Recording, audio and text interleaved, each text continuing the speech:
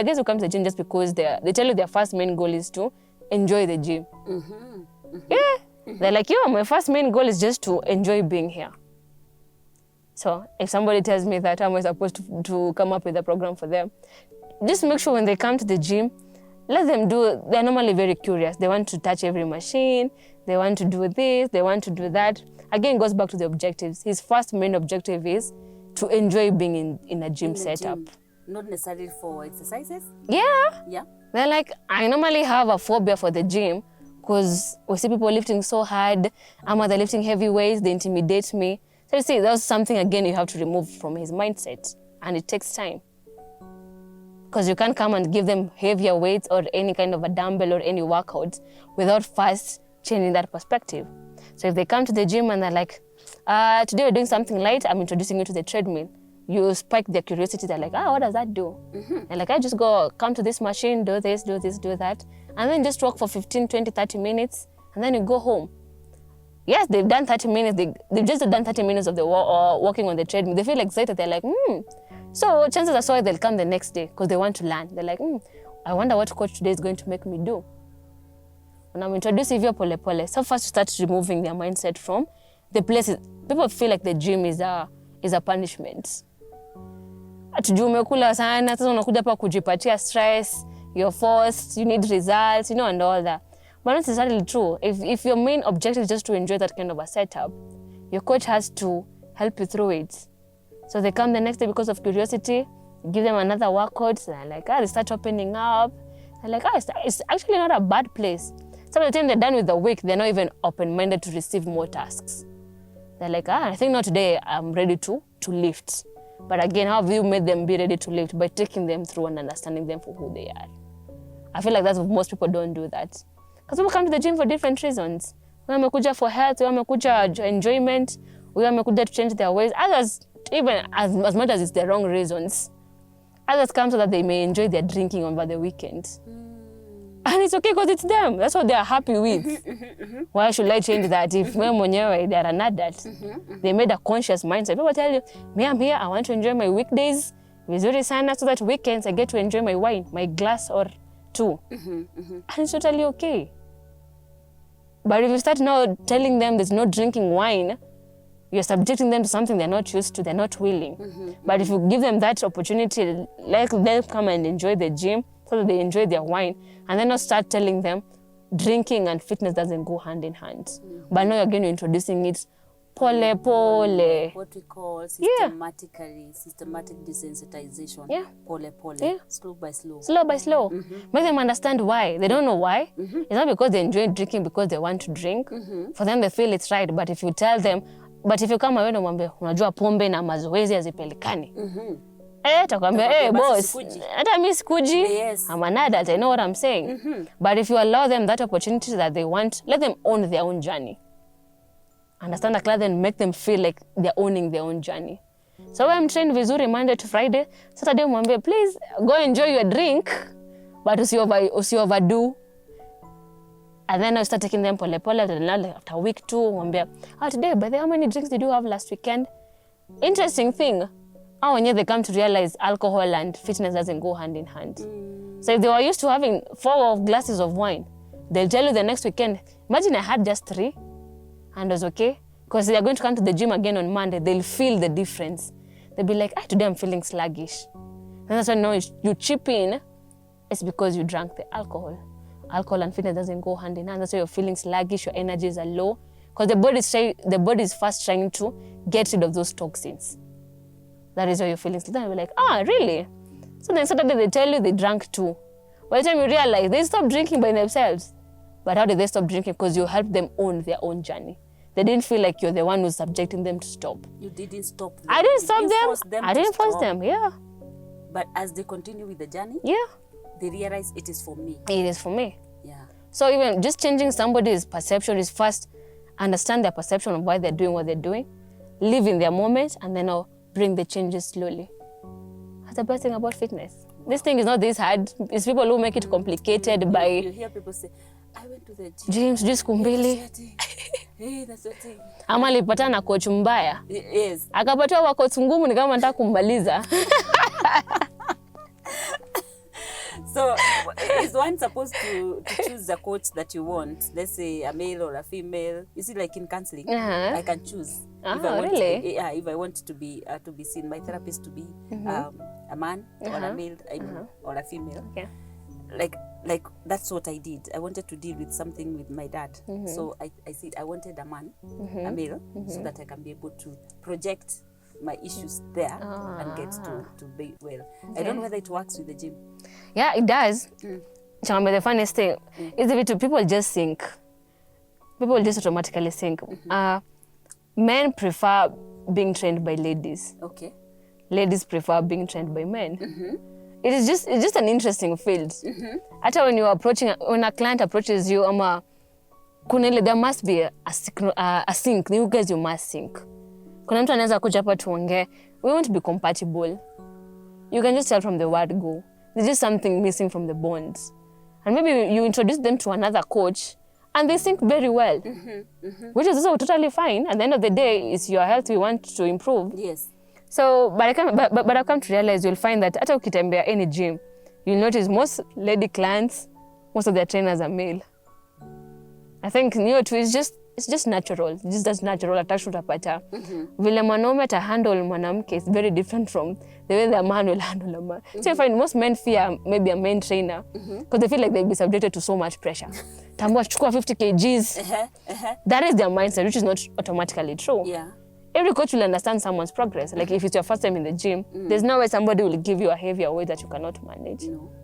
But because of the mental, people are already used to that. Nikichagua mwanaume, taniambia strong man, tanipatia 50 kgs na sijafika. But if I choose a lady, chances are so high, nitagaidiwa pole pole. Nifike pale naenda. Hadi nifike mahali nitaenda. Yeah, but again, okay, also depends with what's your goal. There are coaches who are so good in strength training. The guys who want just strength. Strength now, that means strength anataka kuinua. Unaona watu kama for competition, watu wanasikianga wanakula kuku 3, kuku 5 per day. Okay. Oh, they need strength to lift and all that. Yes. So there are coaches who are specialized in strength training. The guys who are specialized in body conditioning and toning. The guys who are good at cardio. The guys who are good at weight gain, weight loss. So again, depends with what are you looking for. Yeah, and for all areas. Okay. So if you are looking to gain weight, lose weight, get fit, tone, strength, become an athlete, kuna coach hizo divisions zote. It's the same way when you Google something. So when you want a good pants, you'll be like, I want cargo pants. There's so many options. Yes. The same way if you want a trainer who's going to train me in strength, you just look it up. When you go to the gym for the first time, you're like, hey, I'm here. I'm interested in strength training. Yes. And then the place will give you options of the trainers who are there. And then it's just upon you and the coach just to sync. Okay, are there age appropriate exercises? Are there?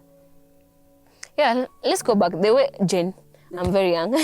yeah, very young. Very young. Maybe what I lift is not the same way you lift. Now because you can't lift, but because of the age difference, so my metabolic rate is not necessarily the same metabolic rate you have. But one thing for sure, everybody can work out. The only difference is the intensity and the kind of workouts you're doing. Some talk over 50 years, there's something they cannot do. Na mtu wa 20 years. A 20 year can do so much, maybe with so much strength. Hata pace yake itakuwa very different. They can do it hurriedly. But somebody who's at 50, they'll take their sweet time. They do 4, 1, 2, 3 workouts. They're like, hey, you will give me a rest kidogo. Acha nipumzike. Again, you need to understand. Again, goes back to where? To the assessment. Go back to the assessment when you and your coach were having a conversation. They got to know your age, because metabolic rate changes with age. Yeah. So the same way me, my food, nikikula saizi jo, I've told you I'm a foodie, how I eat and how my food will work. It's not the same way you eat and your body digests the same food. Yeah. So you need to understand that. So there are appropriate workouts for appropriate ages. So every person is unique and special. True. So that's why you need to understand your own clients and now guide them in line to their own body. Yeah. Wow. But one thing for real is that as much as people do running, walking, at the end of the day, you're made of bones. At the end of the day, you're made of bones. So you need to weight lift. And that is something most people fear a lot. So everybody should lift. Just lift a bit of weight. I'm not saying that it's just that you unakuja unafanya mia. You know, most people have this kind of mindset that weightlifting, especially women will say that, hey, I want to build more muscle, I look like a man. So they get scared about weightlifting. So unapata akikuja gym, they just want to do cardio. You know those workouts that make them look sexy, or what they call themselves. Yes. They just want to be on the treadmill, the cross-train, the machines most time. Yeah. Yeah, they want to be toned. And like, if you want to be toned, how are you going to get toned if you don't lift weights? Weights is what now sculpts the body. Unaona hiyo mchongo mzuri mnasema, hey, that lady looks nice. Or that man looks nice. Why? It's because they're lifting weights. So weightlifting is the best. At the end of the day, regardless of any sports, look at footballers. Yes. They do their own thing at the field, but they also have days they go to the gym. To do what? To weight lift. Why? To strengthen their bones. Okay. And as we age, your bones gets weaker. So napata mtu anaanguka kidogo, they have a sleep. Why? Because their bones are weak. But if they could have been weightlifting kidogo, angepata hiyo breakdown virahisi tena sana. So weightlifting is the main thing at the end of the day. Whether you like it or not, whether you're 40, you're 50, you're 60, you're 70, weightlifting will always be the top tier. The best workout ever. Okay. Unaanza tu polepole, unapelekwa, hire a good coach to take you through. If somebody's in their 60s, there's no way to 50 kgs. No. They don't have that kind of strength. They don't. But they have 2 kgs. The good thing about the industry about buying equipment, there's so many kgs from 1 kg all the way to whatever number of kgs. So anaanza tu polepole, anafanya tu biceps, nashikilia kawete anafanya kwa squats to strengthen the bones and the joints. Yes. Yeah. And as you go along, now you go increasing. Unaenda increase pole. Yes. So unashtuka uko like, today you started with 2 kgs, tomorrow you're at 4, the next week uko at 5. That is how people build up progressively. So if you see somebody is well toned, like akona kamchongo, just in your mind, just always know it's weightlifting. It's nothing else. It is not. It didn't happen. It didn't happen overnight. No. Even built on there's no overnight success. No. Everybody starts somewhere. Yeah. Yeah, hata alianza na ka 5 kg, ka progress akaenda ka 10, ka 15, ka 20. Yeah, until they got there, and then they were very open-minded to change their lifestyle. Because again, if you go to the gym na chakula hujabadilisha, utakuwa unaingiza ukitoa. You're not making so much progress, but you're just maintaining. Yeah. Now, Nelly, you are a young girl, very young girl. I'd like you to talk to the young people. One, I look at their feeding. Yeah. Some are obese, and they may not know what you know. Probably you can look into the camera and talk to probably your age group, talk to adolescents, talk to teenagers, late teens, young That age group, yeah. 20, 22, 23, 24. Yeah. And also the one who is behind the camera today, our photographer today. Yeah, talk to us. Behind the camera is Shira. Okay. Yes. So yeah, in a generation where we have I like to call them the microwave generation, where everything is gotten by so easily. Mtu akitaka tu kanja, now we have everything just happening. Pizza in, you just order, tak. Nobody wants to cook anymore. Everything wants fast. Yeah. But at the end of the day, those processed food are really doing a lot of damage to yourself. I'm not saying it's bad to enjoy, but have your own limits. There's something we call the 80-20 rule in fitness. Go ahead. So the 80-20 rule simply means 80% of the time, eat healthy. 80% of the time, eat healthy. What do I mean by eating healthy? Have your vegetables, have your fruits, have your complex carbs, have your protein, have enough sleep, reduce your stress levels. Also, get to do things that make you feel happy, not things that are subjecting you to anything. Today you might wake up, you're okay. Tomorrow, things didn't work out well. So the 20% leave room for life happening. It's normally say life has happened. So what do I mean? Maybe you lost a job, so stress levels have gone up. Probably you've been called to go out. Utaenda kusema unataka kamande na cabbage. Really? umeitwa dinner date ama whatever, you've gone. And then you're stressing, you're like, hey, I am doing this right. Like, you want kamande. And mali umepelekwa, this is just animal protein. Not that you're allergic to it, but, Na hakuna kamande unaenda kupatia watu stress. Ama you feel so stressed that you need to carry your food every single time. So we call the 80-20 rule. As long as 80% you're doing the right thing, you're eating healthy, you're working out, you're managing your stress levels, you're doing things that make you feel whole as a person, you are on the right track. 20% is a once in a while call for a dinner date, drink wine, do this. 20%, just room for all that. So anybody who does the 80-20 rule, it's just something that's guaranteed going to be sustainable. Yeah. So where would you like somebody to start issues of fitness? At what age would you like us to? Oh my God, once you get knowledge, that's when you start. So if you've had me today and you're feeling encouraged, today is when you make the turn. Kama ulikuwa umeamua leo utakula kamlima, ukuna kula kamlima, punguza kula kadogo. Change always starts the moment you get awareness. So if today is the first day you get into here, kumbe I'm supposed to do 80-20 rule. Today is when you start. There's no need of today you're eating badly, tomorrow you repeat the same habits. No. Give yourself a break, give yourself a balance, eat healthy, combine. If today you ate healthy, tomorrow you feel like you need a craving, just try to balance the two. You're in the 20. Yeah, you're in the 20. Yes. Just make sure your 20 never outbeats your 80. 80 should always be 80. 80 should always be 80. 80% of the time you're doing the healthy things the right way. You're sleeping enough and all those good things, 80%. 20% get away with it. Okay. I don't feel, most people feel guilty when they cheat. They were indulged, they went maybe somewhere over the holiday, they ate a lot. Did some yeah, then they have the food guilt. So on Monday, they're overdoing even their workouts. Chances are you're going to get an injury because you're overdoing it. If I ate chips today at lunch hour, just make sure your dinner is good. Have rice, chicken, and cabbage. You've outplayed the lunch that you ate, but not breakfast you ate badly, lunch you did the same, supper you did the same.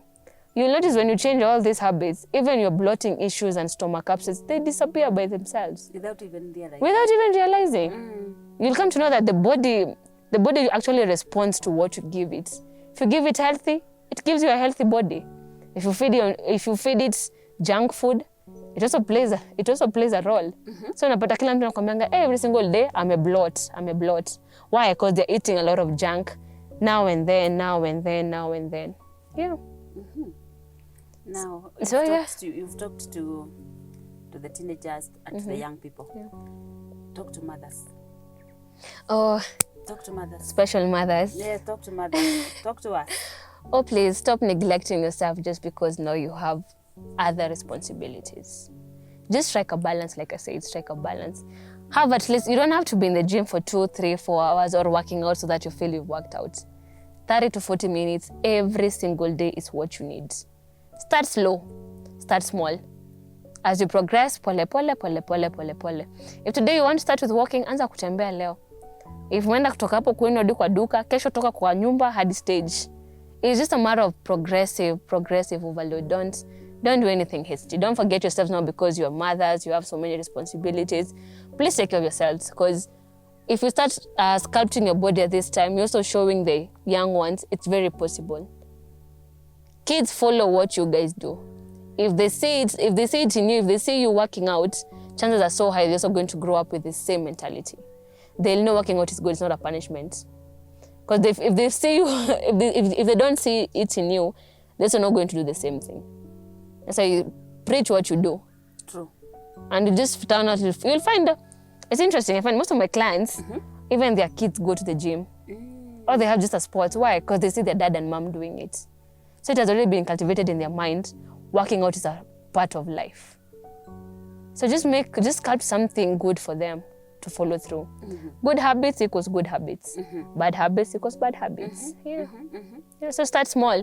Start where you are. Use what you have. You don't have to say, there's this thing most people like saying, I can't afford the gym, I can't afford the trainer, I can't afford the gears to do all it right. Oh please, we have YouTube nowadays. Nowadays things have been made easier. Anza tu pole hapo kwa nyumba. You just need a space. Truck a couch, eka chini, eka something small. The good thing you can also Google just beginner workout, something friendly. And then just anza pole as you build up. But at the end of the day, you also need a coach, because it's a whole new field to you. You need somebody to guide you through, take you through, make you learn a few things before now you're able to do it on your own. It's just a new concept you need to learn. True. And also be open be open to learning. That's the most important thing. Have an open mindset. Yeah. I wouldn't let you go before you talk to mothers again on the eating habits. The eating habits. Yes, because we are the ones who determine what our families are going to eat. Yeah. So talk to us as mothers now. Oh, parents. that's true. Parents are the one who set up the pace. Let us say parents. We'll be safer Yeah, that way. I think let's say parents. So if you make your child get used to cornflakes every morning, it is something you're creating in them. It's a habit they're used to. So they're going to grow up knowing every breakfast has to be cornflakes with milk and those sugary Weetabix and all that. It is you determines the home. The cereals, And then to make it worse, nowadays they have brought it in so many flavors, so many colors that attract kids and all that. But you need to create a healthy, sustainable lifestyle for kids and also you as an individual. So just change routine. Introduce kids as early as now to oats, to eggs. As long as they can consume it, they let it for a day or two. But when you're strict and make it a routine, they get to understand that. You're the one who also builds or breaks a home. True. So food, when it comes to food, please prioritize balanced diet. It's not bad to give them once in a while the sugar, but have your limits. How much is how much? Yeah. How much is how much? Just make sure you have a very good balanced diet. There's enough carbs, there's enough protein, there's enough vegetables, and there's enough fruits. Then be strict on timings. Timings also matter a lot. You can't just eat and go to bed and sleep. Yeah, if it's very possible, if you have a nanny who makes the food, let them make it on time. So maybe by 7, 8, you're done eating. You have at least an hour before you go to sleep. So this thing is not hard, as most people do. It's not hard. I'm going to repeat it again. Fitness is not hard. It's the most easiest thing, only if you are truthful to yourself. If you're not willing to stop drinking, be honest from the word go. I'm like, no, I'll do this thing, but I'm not willing to drop this thing. If you're not willing to drop sugar, be honest, because I feel like we put too much expectations for things we can't do. But as long as you're honest with yourself, what are you willing to stop? If you're not willing to stop something, don't say you're willing to stop it. First, just understand the game. You have to understand the game before you play the game. I like saying that. Yeah. Yeah, you have to understand it. You have to understand the game before you play the game. Rules of that game. And the rules of that game. Yeah, huwezi sema utafanya hivi and utaniambia kama coach, but then I will not be eating sugar. I will do what you say, what. And then you at 11 p.m., you're snacking on all the sugars. If you're very honest with yourself, you'll even enjoy the process of becoming. Because you're going to own the process wewe mwenyewe. Utaenda tu ukiacha polepole uka like, at some point it gets to a point, you get bored with the things you think they really matter, they don't. You might think that ice cream really matters. Trust me, if you leave it for 2, 3, 4 days, unakumbuka, your mind will start now craving the healthy options. It will stop craving the negative options, the junk options and all that. But again, it takes time. You just need to be honest from the word go. Okay. What you're not willing to do, just say, I'm not willing to do this. If you're not willing to stay in the gym for 1 hour, make it clear from the word go. I'm only here for 30 minutes. Yes. Yeah. Amtachapwa. Yeah, just be very honest. Yes. And then just take yourself through so those 30 minutes. If you decided you're going to show up for 4 days, show up for those 4 days. I have this rule, like the first month, focus on showing up. Just show up. Don't even focus on, I want to lose weight, I want to look like this. If you purpose to do 4 times in a week, ask yourself, am I showing up 4 times in a week? That is the first thing to do in the first month. Am I consistent? If you said this week, I will only have 1 beer, ask yourself on the weekends, did I just do 1 beer? If you did 2, then you're not honest with yourself. So this thing is very easy when you're just honest with yourself. Honesty is the key to everything. Just be honest with yourself. And then you find the process is going to be so enjoyable. You'll get to get away with 80% and 20% and still maintain a normal lifestyle. Yes. Yeah. The easiest way for you not to find yourself craving the other options is at least stocking your house with the good options. Have your house with fruits, stock it with rice, with oats, so that when you're feeling hungry, you don't end up just eating anything because for the sake of eating. You'll find yourself going back home and eating the right things. If possible, carry your foods with you to work. if you have that option of having a microwave in the offices, carry your own packed food. It will really help you not to indulge in just eating junk, the chips, the burgers, and the pizzas. That's another thing. Yeah. Wow. Okay, so when we talk about health and fitness, is a wholesome lifestyle change. So that when you talk about, like now what you are saying, like if it is the 20 and 80, Yeah. when we hear it today, and we have not been doing that, Yeah. we are conscious now. Yeah, you're very That now we know that we can start that. Yeah. So Nelly, as this episode, I'm like, hey, it has a lot and important things that we need to start doing if we haven't started doing, and those that we need to improve on, we improve on. That's true. And those that we need to discard, we do, because at the end of the day, we want to be healthy. Yeah. We want to be healthy in and out, and also we all want to be psychologically and emotionally healthy. That's true. So probably as a parting shot, what would you like us to know as a parting shot as we come to the end of this session? Okay. Just always remember the 80-20 rule. I think that's the most important thing people can start off with. Choose healthy options 80% of the time, and then get away with 20%. As long as that is in check, you'll very much be able to sustain anything. And then choose a workout that you enjoy, because that's the only way for you to be sustainable. If you don't enjoy doing something just that's so high, you're going to have your stress levels up. And when your stress levels are up, your cortisol hormones are up. When the cortisol hormones are up, getting rid of the tummy is very hard. So you also need to know, that's what I'm saying, choose something that works best for you. Every body type is different. Just because option A worked for so and so doesn't necessarily mean it will work for you. Stop going for the shortcuts. That's something we see in the game. This game, people go for shortcuts. They go by things that they inject themselves with. They go by products, supplements that they're not beneficial to their body, just because so and so told them, I used this and it worked best for me. It could be true, it worked best for them, but it doesn't necessarily mean it will work best for you. Actually, it might bring some side effects on your sides. So please don't just avoid the shortcuts. Embrace the process, love the journey of becoming. Start slow and stick to the plan. It's what you do every single day that makes the difference. It's not what you do in 2 hours once a week. It's what you do in 30, 40 minutes every single day that yields and compounds the greater results. Wow. Yeah. Wow. Wow.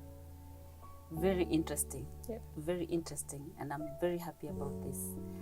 So Nelly, thank you so much. Thank you for having me. Thank you so much for honoring us and gracing us and informing us, training us. Yeah. I've learned a lot. Until next time, my viewer, stay healthy, eat right, continue going to the gym. If you haven't not started, start small. That is what our instructor has said. Start small and be able to move slowly by slowly and get the type of a body that you want, or meet your goal. Because as she said, not all of us that go to the gym have one goal. All of us have different goals, have different purposes of going there. Some is just to have networks, some is just to connect with other people, just to chat with other people, just to have a social setup. Whatever it is that you want to gain from the gym, do it, but walk with the instructors, walk with your doctor, but start. Today I'll say start. For me, I enjoy walking, and I've learned a few things that I need to improve on my walking, but I know that I'm doing something about it. So please let us continue doing what we love, what we enjoy, that is going to bring good results. And until next time, keep it Health Now Show, your health friend. God bless you.